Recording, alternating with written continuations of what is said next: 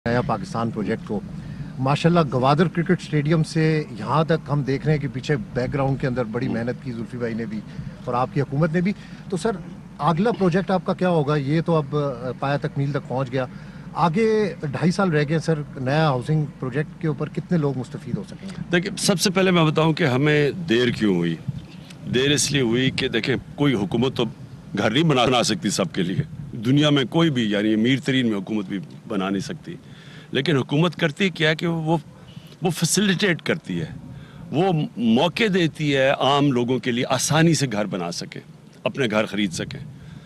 तो वो मौके इस तरह देती है कि वो आसान किस्तों पे कर्ज़े दे देती है लोगों के लिए। तो वो हमने ये पहली दफ़ा किया है पाकिस्तान में कि हमने पहले बैंकों के पास गए, बैंकों को हमने इंसेंटिवाइज़ किया। 380 अरब रुपया बैंकों को कहा कि सिर्फ घरों के कर्ज़े के लिए रखें। तो सारे प्राइवेट बैंक्स ने ये पूरा अमाउंट रखा। स्टेट बैंक इसको मॉनिटर कर रहा है। 5 मरले के घर के ऊपर 5% कर्जा है, और अगर 5% से ऊपर कर्जा जाता है तो हुकूमत वो सब्सिडाइज़ करती है, हम पैसे देते हैं। फिर हर घर के लिए पहले जो हमारे 1 लाख घर तक 3 लाख रुपया गवर्नमेंट सब्सिडी दे रही है हर घर पे। उससे क्या होता है कि मसलन 21 लाख का घर है, तो अगर 21 लाख के घर के ऊपर 3 लाख सब्सिडी मिल जाती है, वो 18 लाख का हो जाता है।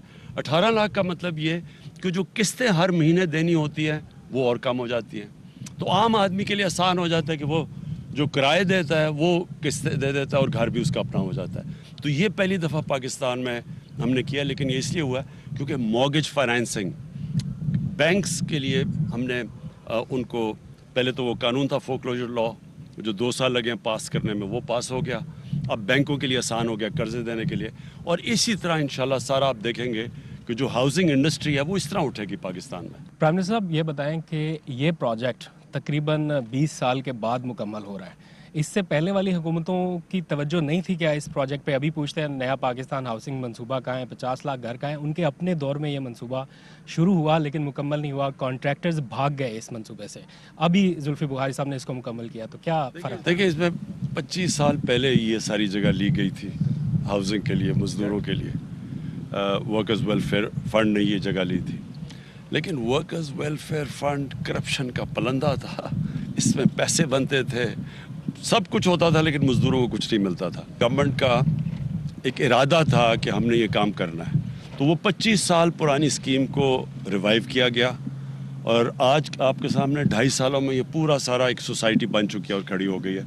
इसमें जुल्फी बुखारी, इनकी टीम को, वर्कर्स वेलफेयर फ़ंड में जो इनकी टीम थी, उस सब को मैं खराज तहसीन पेश खान साहब, ये बताइएगा कि 50 लाख जो घरों का जो प्रोजेक्ट है, ये अब इसमें कब तक मुकम्मल होगा? और स्पेशली क्या ये तमाम जितनी भी जो सूबाई हुकूमतें हैं, क्या इसमें आपके साथ वो ताउन कर रही हैं वफाक के साथ? देखें, 18th अमेंडमेंट में सिंध के ऊपर तो हम कुछ नहीं कह सकते, उनके अपने ऊपर है। वो हम कोशिश करते हैं, इंसेंटिव्स वहाँ भी हैं, लेकिन वहाँ से हमें कोई रिस्पॉन्स नहीं मिलता। लेकिन मैं बता दूं कि पंजाब में और पख्तूनख्वा के अंदर, बलूचिस्तान में भी बड़ी तेज़ी से काम हो रहा है। और ख़ास तौर पे जब वो कानून फोक्लोजर लॉ, जब वो कानून अदालत से पास निकल गया, उसके बाद तेज़ी से अब काम हो रहा है। हमारे जो 2 शहर हैं, एक बंडल आइलैंड जिसके ऊपर हम कोशिश कर रहे हैं लेकिन सिंध हुकूमत इस वक्त वहाँ परमिशन नहीं दे रही, दूसरा है हमारा रावी प्रोजेक्ट, और उसके अलावा भी एक और बहुत बड़ा प्रोजेक्ट है, वो है सेंट्रल बिजनेस डिस्ट्रिक्ट जो बनने लगी है वॉल्टन एयरपोर्ट के ऊपर, जो कि पूरा एक मॉडर्न कॉन्सेप्ट है।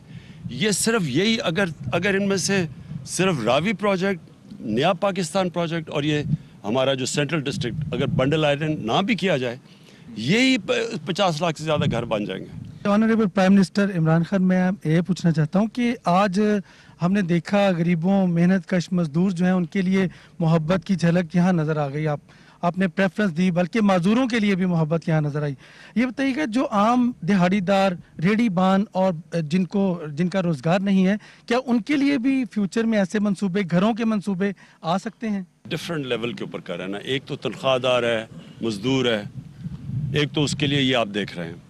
एक सबसे निचला तबका है, उसके लिए हम अकूवत एक NGO है, उसके साथ मिलके ہم نے 7,800 گھر وہ سب سے جو کمزور طبقہ یہ جو آپ نے بات کی نا ان کے لیے ہم نے اس کو لیا ہے اور وہ سود کے بغیر قرضے دیتے ہیں تو وہ صرف لیکن وہ بالکل نچلا طبقہ 7,020 کتنے 800 بن چکے ہیں مزید اور ہم ان کو پیسہ دے رہے ہیں وہ بالکل سود کے بغیر قرضے دے رہے ہیں تو وہ بالکل نچلے طبقے کے لیے شروع کیا. یہ بتائیے گا کہ جس طرح آپ مزدور اور دیہڑی دار طبقے کو خود بنا کے دے رہے ہیں اور ان کو آپ ان کو پرووائڈ بھی کر رہے ہیں 3 لاکھ کا جو موگیج ہے, سر جو اوورسیز پاکستانی ہیں وہ ان کے پاس پیسے ہیں, وہ گھر بنانا چاہتے ہیں, وہ بنا بھی سکتے ہیں, لیکن ان کو سیکورٹی کے پرابلمز ہوتے ہیں, ان کی زمینوں کے مسئلے ہوتے ہیں. آپ اس کو کافی جگہ میٹنگز میں ایڈریس بھی کر چکے ہیں, تو کیسے دیکھ رہے ہیں سر آپ ان کو کیسے میک شور کریں گے کہ وہ یہ ٹرسٹ کریں کہ ان کی جو زمین ہے جو انویسٹمنٹ ہے یہاں پر گھر بنانے کے لیے وہ سیکیور رہے گی؟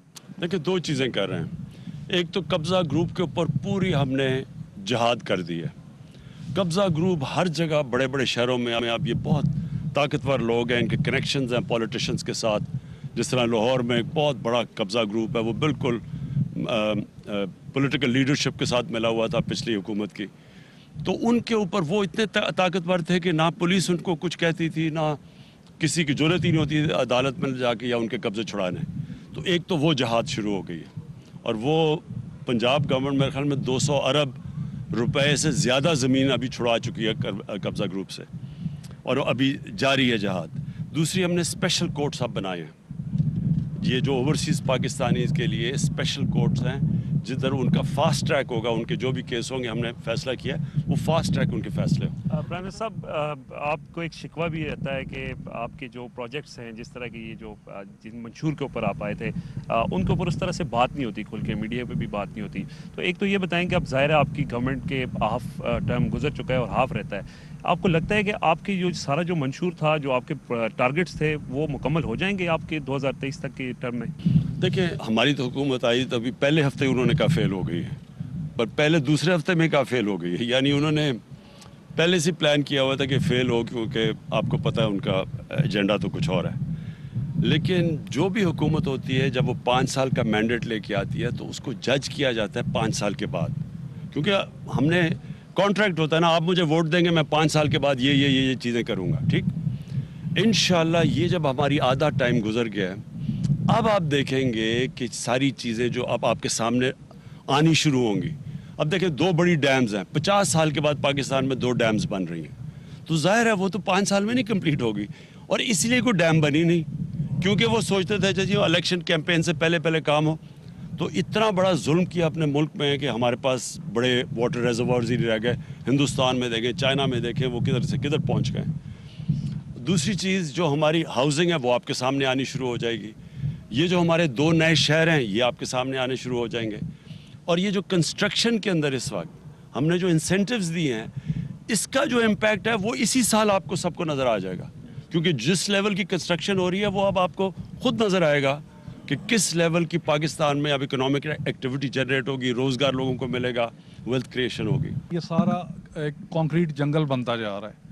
یہ ایگریکلچرل لینڈ تھا. آپ فوڈ سیکیورٹی کے اوپر بھی آپ نے ہمیشہ ایمفیسائز کیا, انوائرمنٹ کے اوپر بھی آپ بات کرتے ہیں. تو یہ جو ایک ایریا ہے جس میں جب یہ ہمارے کھانے پینے کے جو جگہ ہیں جو فارمز ختم ہوتے جائیں گے اور انوائرمنٹل ایشوز جو کریٹ ہوں گے اس کے متعلق آپ کا کیا پلان آف ایکشن ہے؟ دیکھیں میں اگلے مہینے انشاءاللہ ایک فوڈ سیکیورٹی کے اوپر اب پورا آپ کے سامنے ایک ملک ایک نیا پلان لے کے آ رہے ہیں, کیونکہ ابھی تک اس کے اوپر کسی نے توجہ دی نہیں فوڈ سیکیورٹی کے اوپر.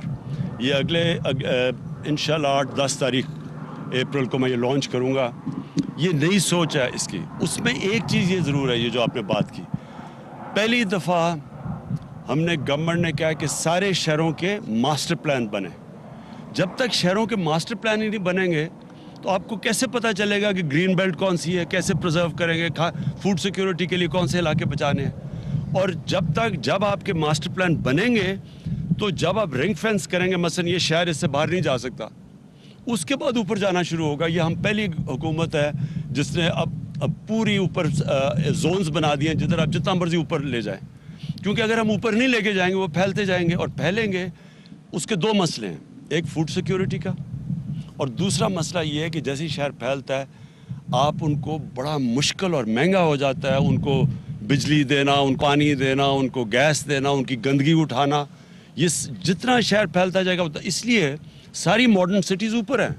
आप लंदन चले जाएं ऊपर है, ये न्यूयॉर्क चले जाएं, ये दुबई सारा चले जाएं ऊपर है।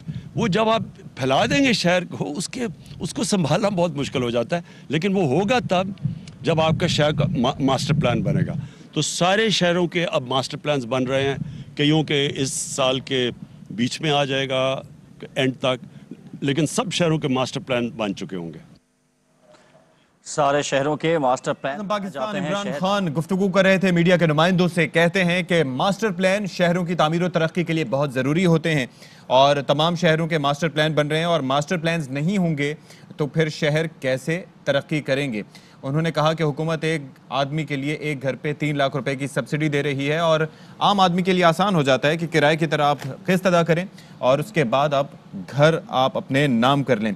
कंस्ट्रक्शन के लिए जो मराहत हम दे रहे हैं उसके समरात इसी साल नज़र आ जाएंगे। साथ ही साथ उन्होंने कहा कि फूड सिक्योरिटी पर एक नया प्लान लेकर आ रहे हैं जिसको अब से 1 माह बाद लॉन्च कर दिया जाएगा।